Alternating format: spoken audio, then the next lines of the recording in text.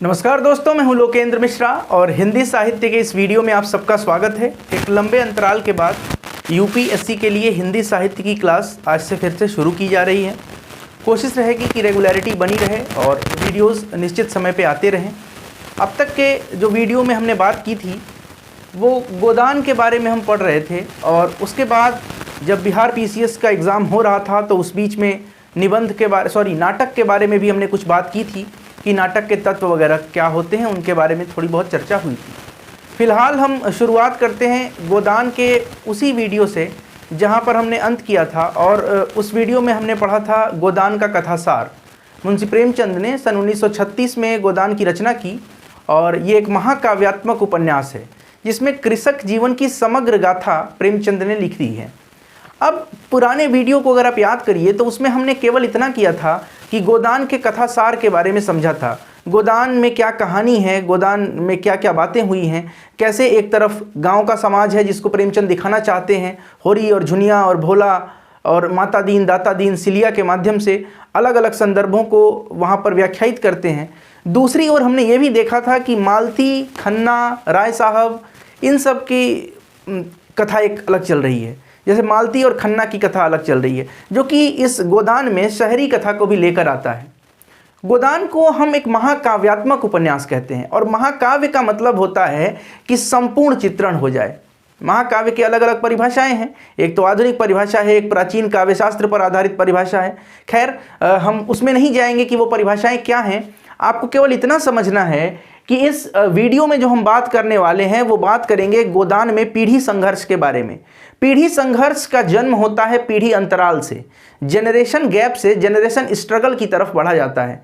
जैसे आपका विचार कुछ और होगा, आपके पिता का विचार कुछ और होगा, उनके पिता का विचार कुछ और होगा।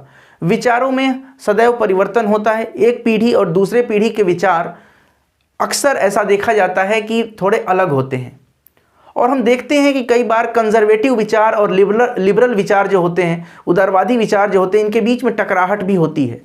तो जब हम गोदान उपन्यास की बात कर रहे हैं तो गोदान चूंकि एक महाकाव्यात्मक उपन्यास है, तो जैसे जीवन की अन्य समस्याएं इसमें दिखती हैं, वैसे ही गोदान में पीढ़ी संघर्ष की समस्या भी दिखाई देती है। पीढ़ी संघर्ष क्या है?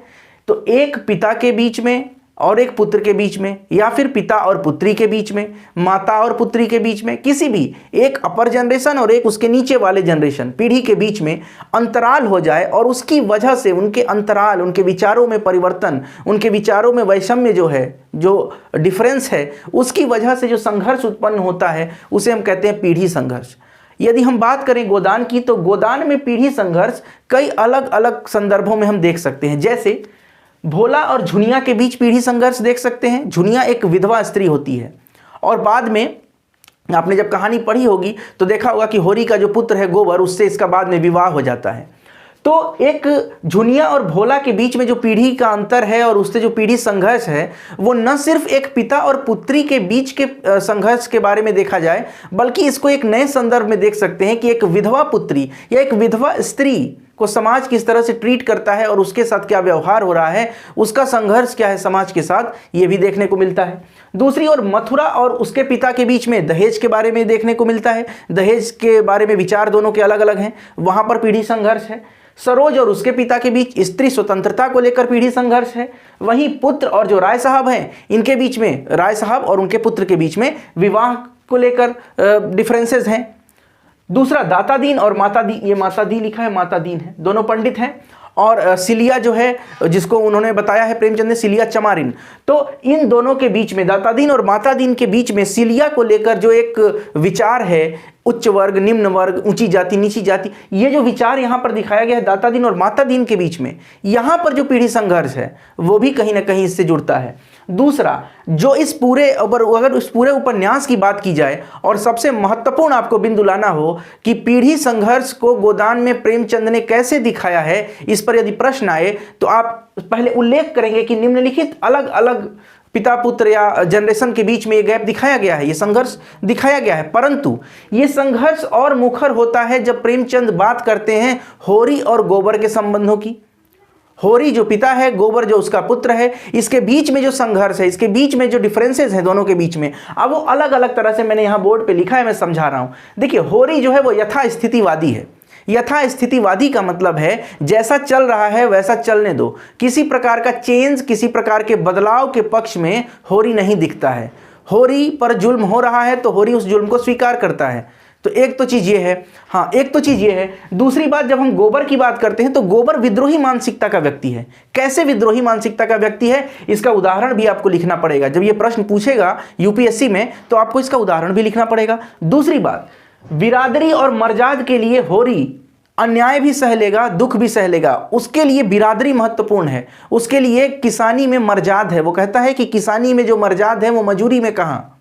किसान जो अपने खेत में किसानी कर रहा है उसमें एक गौरव की अनुभूति करता है, लेकिन मजदूरी में उसका यह गौरव धूमिल होता चला जाता है और समय के साथ ये गौरव समाप्त हो जाता है। ये मानना है किसका? होरी का। होरी के अंदर कहीं ना कहीं सामंतवादी मूल्य भी पनप रहे हैं, पनप नहीं रहे हैं, मैच्योर लेवल पे हैं। मतलब होरी सामंतवादी समाज में है। सामंतवादी समाज का मतलब क्या है?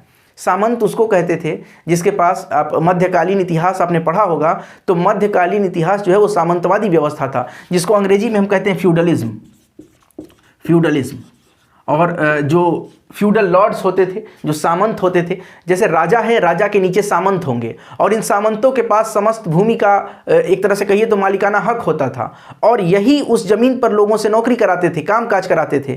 तो ये लोग जो थे, ये समाज में एक बड़ा ही ऐसी संरचना बन गई थी मध्यकालीन भारत में। मध्यकालीन भारत ही क्या, मध्यकालीन यूरोप में भी ये समस्या देखने को मिलती है, जहाँ पर एक निम्न वर्ग होता था जो कि मजदूरी करता था, उसका सम्मान और उसका आर्थिक रूप से कोई अपना एक स्वतंत्र ढांचा नहीं था, मगर यहां सामंतों का था। तो ठीक वैसे ही बिरादरी और मर्जाद के लिए वो दुख और अन्याय सहने के लिए भी तैयार है, वो है होरी। लेकिन गोबर इसका विरोध करता है। गोबर कहता है कि धर्म और बिरादरी मर्जाद कुछ नहीं है, पैसा है तो सब पूछेंगे। ये गोबर की विचारधारा है। गोबर की विचारधारा क्यों बनी, इसके यदि परिप्रेक्ष्य में हम बात करें कि गोबर की यह विचारधारा क्यों बनती है, तो पहला कारण है कि गोबर एक दूसरी पीढ़ी का व्यक्ति है। दूसरा, गोबर बाद में चला जाता है शहर और शहर में जाकर मिल में मजदूरी करने लगता है, नौकरी करने लगता है और शहर में रहने लगता है। वहाँ वह देखता है कि पैसे का क्या महत्व है, पैसे वाले व्यक्ति का क्या महत्व है। ये गोबर देख चुका है शहर जाकर, इसलिए उसकी ये मानसिकता बनी। संयुक्त परिवार व्यवस्था, होरी संयुक्त परिवार की व्यवस्था में मानता है। याद करिए वह दृश्य जब कथासार में मैंने बताया था कि होरी के भाई और होरी के बीच में जब टकराव होता है और जब पुलिस वगैरह आते हैं तो होरी अपने भाई का बचाव करता है।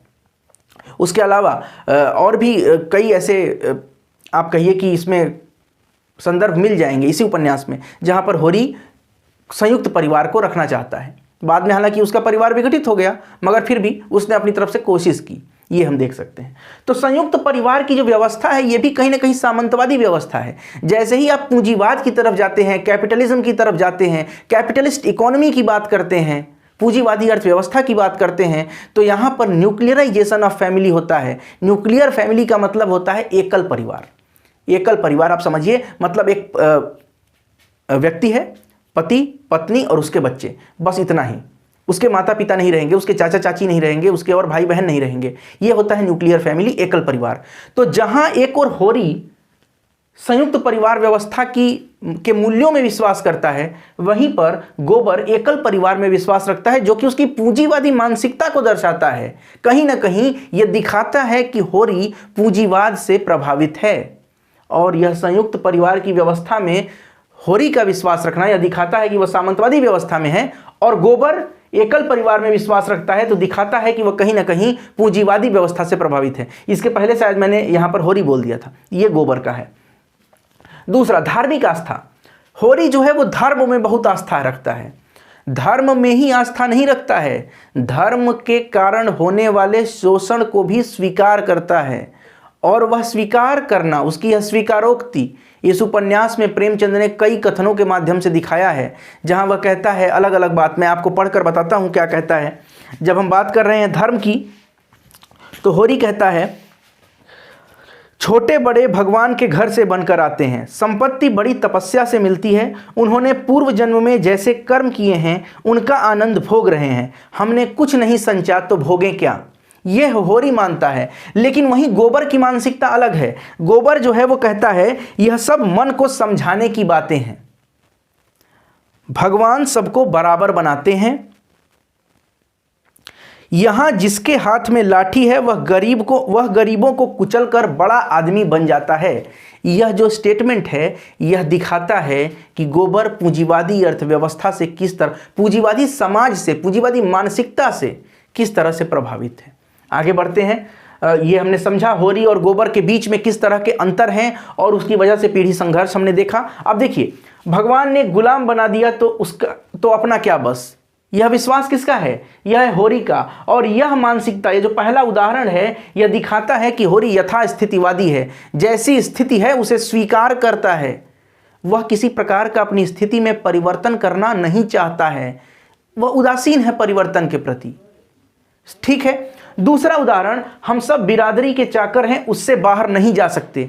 यह दिखाता है कि बिरादरी और मर्जाद के लिए होरी अन्याय और दुख सहने के लिए भी तैयार है।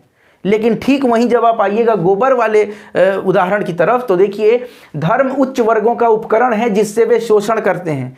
धार्मिक अनास्था दिखा रहा है। धर्म के प्रति आस्था होरी में है परंतु गोबर में नहीं है। गोबर को लगता है कि पैसा ही सब कुछ है, इसलिए वो ये बात कहता है। दूसरा उदाहरण, यहां जिसके हाथ में लाठी है, अभी मैंने बताया आपको। तीसरा, रुपए हो तो न हुक्का पानी का काम न बिरादरी का।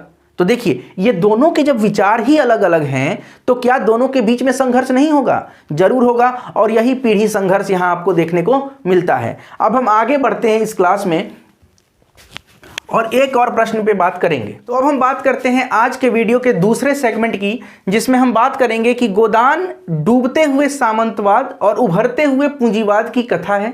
या फिर एक और प्रश्न बन सकता है कि गोदान में वर्तमान समय का प्रतिबिंब तो है ही, लेकिन वह आने वाले युग की प्रसव पीड़ा भी है। आने वाले युग की प्रसव पीड़ा भी गोदान है और वर्तमान युग का प्रतिबिंब है। इस प्रश्न को या इस अवधारणा को समझने के लिए आपको सबसे पहले समझना पड़ेगा कि सामंतवाद की राजनीतिक परिस्थिति कैसी होती है। जब हम बात करते हैं सामंतवाद की, तो मैंने बताया कि इसको इंग्लिश में कहते हैं फ्यूडलिज्म। और सामंतवाद के अगर हम राजनीतिक व्यवस्था की बात करें तो सामंतवाद की राजनीतिक व्यवस्था में जो सबसे महत्वपूर्ण व्यक्ति होता है वह होता है जमींदार। और असल मायने में यह जमींदार ही सामंतवाद है, यह जमींदार ही सामंत है। और जमींदारी व्यवस्था के बारे में आपने इतिहास में भी पढ़ा होगा, जब आपने ब्रिटिश इंडिया के बारे में पढ़ा होगा कि ब्रिटिश काल में भारत में जो रेवेन्यू सिस्टम था वो एक रैयतवाड़ी था, एक महालवाड़ी था, और एक रैयतवाड़ी, महालवाड़ी और जमींदारी। ठीक है, ये तीन तरह की हुआ करती थी। परमानेंट सेटलमेंट, स्थायी बंदोबस्त, कॉर्नवालिस वगैरह, ये सब आपने पढ़ा होगा इतिहास में, उसमें नहीं जाना है। बस ये मैंने तो उल्लेख कर दिया इसका कि आपको एक कनेक्शन बन जाए कि ऑप्शनल में भी कहीं ना कहीं आप जो इतिहास पढ़ रहे हैं या जीएस पढ़ रहे हैं उसकी आवश्यकता पड़ेगी, मतलब एक समझ बनाने के लिए, बस इतना ही, और इससे ज़्यादा काम नहीं है हमारा। अब गोदान में डूबता हुआ सामंतवाद और उभरता हुआ पूंजीवाद कैसे है? सामंतवाद का मतलब है सीधे सीधे जमींदार। तो यदि जमींदारी व्यवस्था खतरे में पड़े तो हम कहेंगे कि डूबता हुआ सामंतवाद। और दूसरा, जब पूंजीवादी अर्थव्यवस्था, पूंजीवादी विचारधारा जब प्रभाव बनाने लगे समाज में, पूंजीवादी समाज के जो तत्व हैं वो सामने आ जाए, तो हम कहेंगे कि उभरता हुआ पूंजीवाद है। अब इन्हीं दो तथ्यों पर हम परखेंगे कि गोदान में क्या सच में सामंतवाद डूब रहा है और पूंजीवाद उभर रहा है क्या। अब देखिए, कृषक जीवन की समग्र गाथा है गोदान।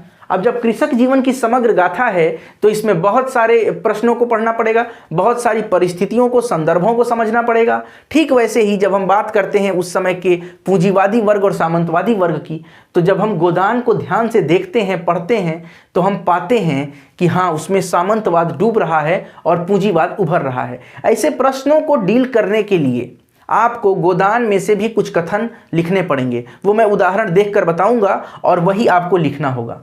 इसको आप नोट भी कर सकते हैं, मैं आपको नोट कराता हुआ चलूंगा किताब से। गोदान मेरे सामने है और मैं उसमें टिक लगा कर रखा है मैंने, और मैं उससे आपको नोट भी कराऊंगा। तो सबसे पहला पॉइंट, जब आप बात करेंगे डूबते हुए सामंतवाद की गाथा है, तो आप बताएंगे कि ये कृषक समाज की, कृषक जीवन की गाथा है जहां पर सामंतवादी तत्व आज भी मौजूद हैं। सामंतवादी तत्व और सामंतवादी विचारधारा आज भी मौजूद हैं। अब इसके लिए आप लिखिए, चलिए इसमें आप लिख सकते हैं, मैं बता रहा हूं आपको किताब से। सबसे पहला सामंतवादी व्यवस्था है। सामंतवादी व्यवस्था में किसानों की दुर्दशा होगी क्योंकि जमींदारी सिस्टम है। तो कैसे इसको प्रेमचंद ने लिखा है? लिखा है प्रेमचंद ने, होरी की दशा दिन दिन गिरती जा रही थी, जीवन के संघर्ष में सदैव उसकी हार हुई, पर उसने कभी हिम्मत न हारी। अब उसे धोखा भी न रह गया था, झूठी आशा की हरियाली चमक भी अब नजर नहीं आती थी। देखिए, ये दिखा रहा है कि सामंतवादी संरचना में किसान पिसता है। दूसरी बात, आगे बढ़ते हैं। सामंतवाद में जो राजनीतिक स्थिति होती है, जो जमींदार वर्ग है, वो जमींदार वर्ग कैसे, अगर जमींदार वर्ग का खात्मा हो जाए, मतलब पतन होता हुआ दिखने लगे, तो हम कहेंगे कि सामंतवाद डूब रहा है। तो देखिए कैसे लिखते हैं प्रेमचंद। यहाँ पर राय साहब जो हैं वो जमींदार हैं और उनके माध्यम से प्रेमचंद कहलवाते हैं। राय साहब जब होरी से कहते हैं, लक्षण कह रहे हैं कि बहुत जल्द हमारे वर्ग की हस्ती मिट जाने वाली है। ये स्टेटमेंट आप नोट करिएगा। राय साहब जो कह रहे हैं, राय साहब होरी से कह रहे हैं, लक्षण कह रहे हैं कि बहुत जल्द हमारी हस्ती मिटने वाली है। तो जब एक जमींदार ये बात कह रहा है, इसका मतलब है कि जमींदारी खतरे में है, और जमींदारी खतरे में है इसका मतलब है कि सामंतवादी व्यवस्था भी खतरे में है। और यही तो कहा गया है कि डूबते हुए सामंतवाद की गाथा है और उगते हुए पूंजीवाद की। अब हम बात करेंगे अगला टॉपिक। दूसरी बात, पूंजीवाद की बात अगर हम करें तो पूंजीवादी अर्थव्यवस्था में क्या होता है, केवल प्रॉफिट देखा जाता है। जहां पर ज्यादा फायदा हुआ, कैसे भी फायदा हो, पूंजीवादी व्यवस्था का मतलब ही है फायदा। आपने अर्थव्यवस्था में पढ़ा होगा, कैपिटलिस्ट इकोनॉमी, पूंजीवादी अर्थव्यवस्था, जहां पर जो भी संसाधन है उसके प्रोडक्शन पर, उसके उत्पादन पर नियंत्रण होता है, प्राइवेट कंपनियों का, निजी व्यक्तियों का नियंत्रण होता है। और जब मार्केट को निजी व्यक्ति कंट्रोल करेगा तो वह अपना मुनाफा ज्यादा देखेगा। यदि सरकार के हाथ में है उत्पादन तो सरकार गरीबों का कल्याण भी करेगी, जनता का कल्याण करेगी, जैसे समाजवादी अर्थव्यवस्था। लेकिन जब पूंजीवादी अर्थव्यवस्था है तो किसका उसमें भलाई देखा जाएगा? उसमें केवल भलाई देखी जाएगी मिल मालिकों की, जो उत्पादन करता है उनकी। जैसे कि इसमें ही देखिए आप, इसी उपन्यास में, गोबर जब जाता है शहर में कमाने तो वहां मिल मजदूरों का उतना भला नहीं हो रहा है जितना कि भला हो रहा है अन्य लोगों का। और यहाँ पे अन्य लोग कौन है? तो जो मालिक हैं, जो बुर्जुआ वर्ग जिसको कहते हैं। और थोड़ा सा डीप में आप जाएं तो खैर, अब देखिए इस मुनाफे की दुनिया के बारे में मिस्टर खन्ना और अन्य लोगों की बातों से हम समझ सकते हैं। जैसे कि अभी 10 साल पहले जो व्यक्ति बैंक में क्लर्क था, ये आपको लिखना है, अभी 10 साल पहले जो व्यक्ति बैंक में क्लर्क था वह अपने अध्यवसाय, पुरुषार्थ और प्रतिभा से शहर में पूजता है मतलब पूजा जाता है। ठीक है, ये खन्ना कह रहे हैं। ठीक है, खन्ना के बारे में ये राय साहब की सोच है। मतलब एक व्यक्ति जो लोअर से ऊपर जा रहा है उसके बारे में ये बात बताई जा रही है। सामंतवाद यहाँ कहीं नहीं है। दूसरी बात, अब हम मालती के बारे में अगर बात करें तो यहाँ पर भी एक स्टेटमेंट आप लिख सकते हैं किताब से। उसके बाप उन विचित्र जीवों में थे जो केवल जबान की मदद से लाखों के वारे न्यारे करते थे। दूसरे शब्दों में दलाल थे। इस वर्ग के लोग बड़े प्रतिभाशाली होते हैं। ये स्टेटमेंट आप लिख सकते हैं।